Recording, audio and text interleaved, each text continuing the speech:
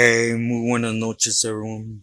I hope everybody's doing well, blessed, and enjoying family. And as always, do allow me to start off by thanking everybody for you guys' words, prayers, and your amazing support. From the heart, do know I appreciate every single one of you. Gracias. Now, to get into the story on here.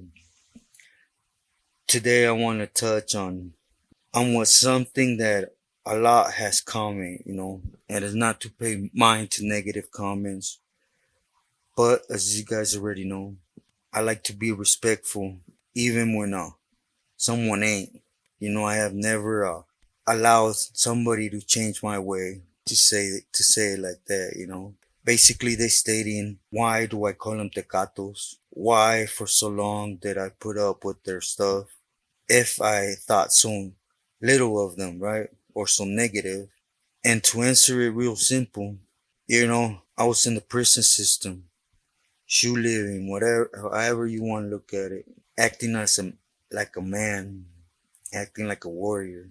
But I wasn't one. I was a puppet, being manipulated, and at the same time, I was a kid. I didn't have the pair to stand up to these individuals. I was one of the many sureños that actually did things because I had to, because that's what we're taught to do. And the other is fear. I could paint myself to be whatever, but when it comes on to it, it's fear. But for all those that are asking me this question, who isn't? Which sureño? And I never speak about camaradas in the negative aspect, like I stated. It's all I was, it's all I ever wanted to be, right? But, the other questions always ask, which nobody knows or understands why they're putting up with this.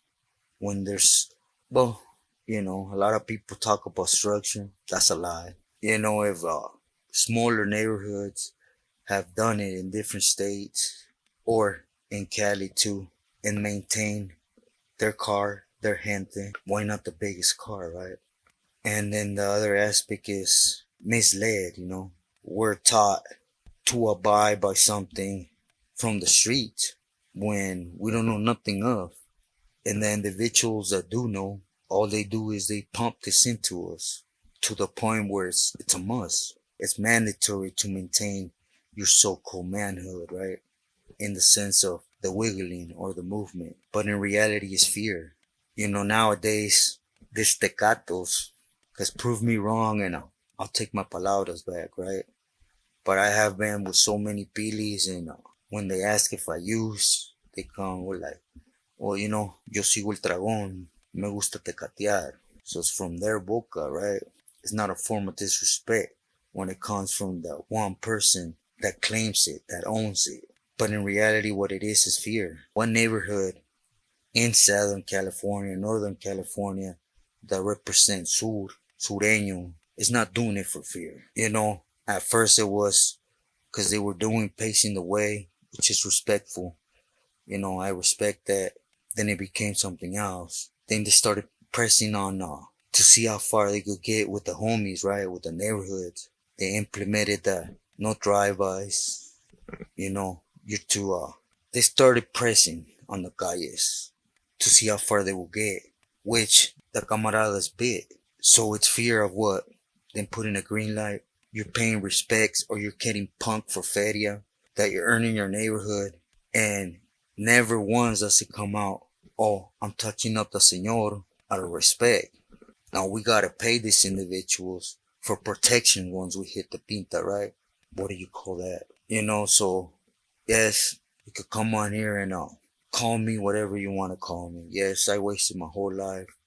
I did more than any of you negative comments that come on here will ever do for the sur, for the causa. I'm not speaking about California, shoe living, riots, stabbings. All that's papita. And not to minimize it, but come on.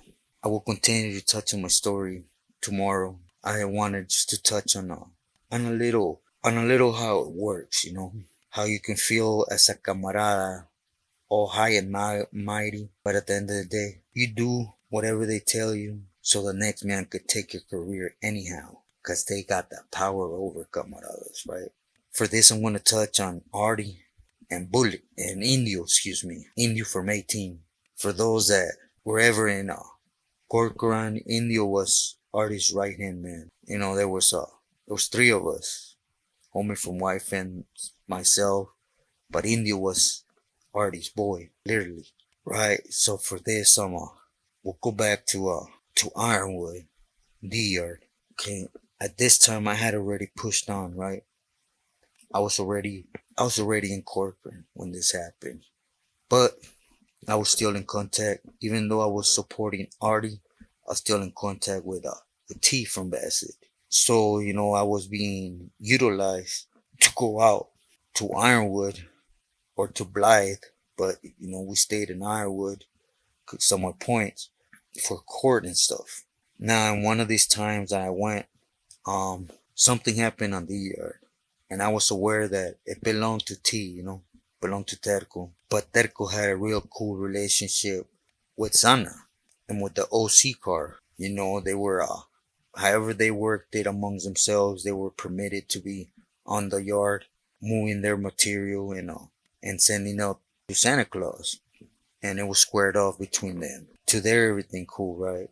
And Indio, as Artie said, eventually, seen an opening to put Hardy on the yard, to take control of a yard. Not only a yard, but the yard from Terco, from Bassett, which they were on each other's greñas, right, for a while. And again, it is why I always say, when you're up in there and you fall under a tío, you become a tío sobrino instead of pushing for the causa. It is how you get wrapped up in the little soap operas, right, of power.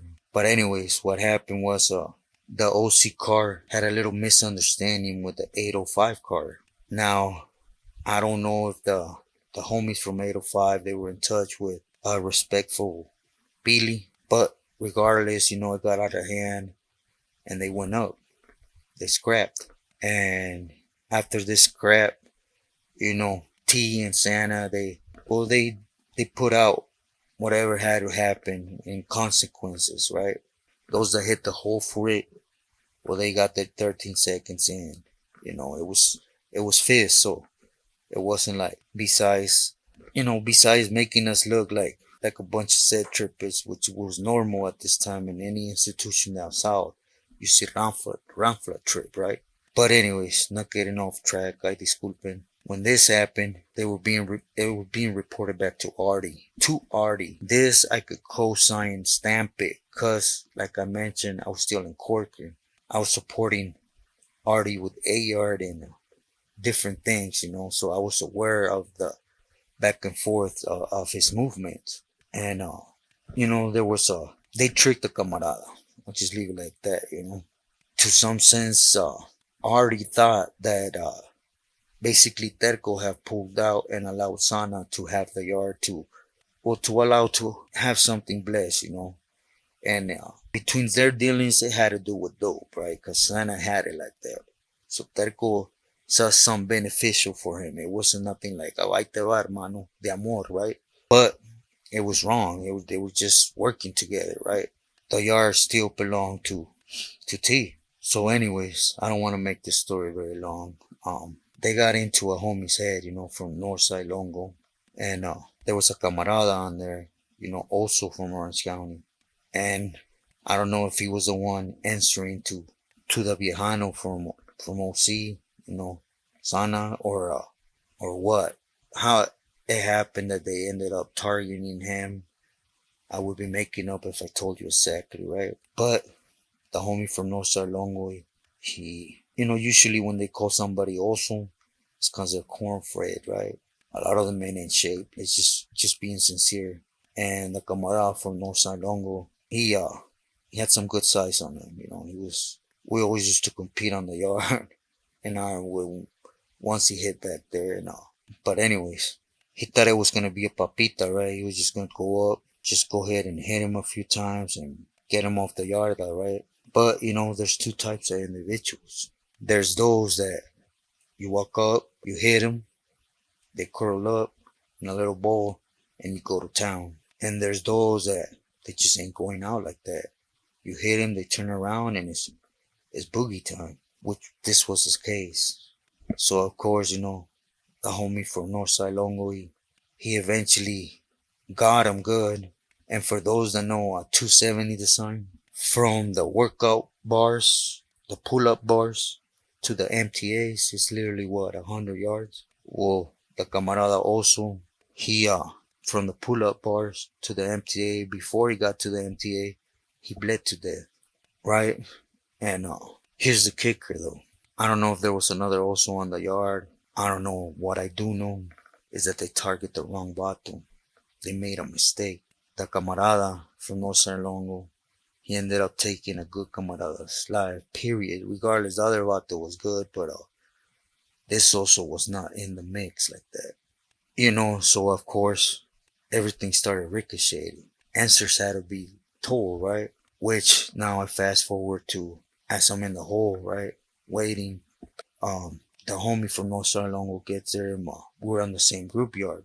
And at this time, as you guys know, the senor from San Pedro and the other senor also from Hammond are back there, and we're on the validated side, because at this time, and they're hearing everything. And as it came out that it was just Artie's doing to try to flex his power on the yard. That's why he had a camarada. I'm not gonna disrespect the camarada that bit into taking over that yard, right? Because again, the fear factor, right? He was requested by Artie, so that fear factor comes into a play, and it's either handle your business or get dealt with. Because in reality, you could be in any yard. Once the Pili puts you on the list, ain't no other Pili gonna take you out. That's a myth. They can protect you if you're on the yard, but once you leave that yard, you open game. It's just how they work. So anyways, he got given a pass. They ended up speaking with with Santa Claus, and they ended up understanding that he got fooled into this. Now, in any way, shape, or form, am I minimizing the camarada, right? Because I was worse. As you guys that have been with me know, I took it further than this. So it's just what we're misled to do. Believe in these cats and blindsided to the belief we're going to get a reward from it. Now that I sit back and really think about what reward, keep sitting in a jail cell, being slammed, or wait till one of them tecatos puts you in a situation where another tecato ain't gonna like it, so you're gonna get dealt with regardless. As I will get in my story this time, I'm gonna get more in depth and tell you guys exactly how it was when I pulled that mission in Corcoran on my celly. When I got to the bay, how it was really the stuff I had to endure when I got there for that action, even though I took the proper steps. Anyways, I talked, like I said, the homie from Northside Longo, he was my workout partner. Literally, we would do the rutina, and then afterwards go to a corner and just keep one up, one down, one up, one down, and just keep pushing, right? So of course, the camarada was worried. Here he was, sitting in the hole. They didn't have live, but now it's pending to get live. And at the same time, he's being used as a pawn for a greedy, power-hungry individual, to the point where now he's going to catch life and end up on that side where everybody talks about weak chavalas. And I'm not defending them, but if you're going to look at something, do look at it from every angle. There's a lot of gente on that side that shouldn't be on that side. And again, there's those weenies too that go on that side and decide to start banging something that makes no sense, right? But anyways, he got that pass. But what I mainly want to talk about is how much of a snake this cat Artie is. If Sapo from San Pedro, the camarada also, and T wouldn't have really looked in depth and understood that it was Artie trying to flex on every one of Terrico's yard and Soldados, homie would have been done. Believe me, if it went another Pili, just as power hungry as Artie, the homie from North Longo, he would have been done. And why I'm even telling this story, because recently on the live, I had a conversation with someone. No names need to be mentioned, and I was glad to hear that this camarada not only got the pass for making that mistake, to be fooled to make this mistake. 'Cause that's what Dolphin does, right? Lies, cheats, fools people, even when people are loyal to them. But he also beat that murder. How? I don't know the details, but needless to say, I was told he beat that, so I was happy to hear that. On the other side of the coin, Indio, he went on and beyond. We didn't just stay there. Of course, Terco was going to push back because that's Terco. And he had the support from this other two senores that were there at this time before Sapo passed on. And so before Artie ended up doing what he is, being a weenie, he got pressed by this. This is one of many that they brought up because, a lot of pilis, they're tecatos like that, man. When I was up in the bay, I always heard dichos y diretes, about Artie. But I myself was there in B yard, 3 right with them. Pilis would come from the bay and they would blend into Artie's program like nothing. Up in the bay, all that barking, pushing, once they would hit Corcoran, it was like nothing. They would just fit in where they could. It's how they're tecatos, camaleones, right? But anyways, when Artie ended up doing his thing and going to, as I heard recently, sell up with a chiruju and become what he's always was, really just playing a big part, right? India really pressed on, I was loyal. I ran Corcoran, I ran this, I helped with this, and that. But before I already left, he did not have just abandoned all his soldados that were loyal at one point, but he also put the first nail in India's coffin in the form that when they pressed on him, I don't know what you're talking about. If this happened, India must have pushed without my permission or my say so. That's something India has to explain. So, of course, Artie checks in. India pushes for a pass. They can't tell if one thing is true or the other, so the best option is, no matter what you do as a camarada, it's just best, easier, instead of having that doubt in the air, to give you the benefit of the doubt, to just push, whack you, and take you out the way. Again, for all those thinking there's something there, it's just how much you're worth to them. And why? Because as a culture, and I include myself as a campolero, right? It's what we're misled to believe that we have to endure. There's nothing there. I mean, look, for a greedy person, you could be up in there doing your programa, and one of these greedy persons, since he's doing everything in the shades, underground, trying to be sneaky, takes your life by a mistake and just says dispensa. Then when it gets hard, what does he do? Uses one of his last cards, try to wash his hand, and the person that's been there loyal to him for years puts all the blame on him so that it's off him. Of course, what are they gonna do? Take a camarada's word over Billy, even though if he's known to be a tyrant, a tecato, to be all bark, in the sense that whoever, whichever carnal has anything negative to say about me, when he comes on here, we'll discuss it. That never happened. That was one of the messages I took up to the bay. But anyways, for those out there still believing in this myth, or you have some older cats that themselves are in that life, not cause they want to, but cause themselves became the gatos. Cause that's usually the ones that come out and spread all these lies about the system, right? Trying to pump themselves to be something they're not. Don't believe that myth. Be about you. Be about your family. There's no positive in prison. There's so many things that are wrong. You're out there game banging. Aquí para XXX whatever, right?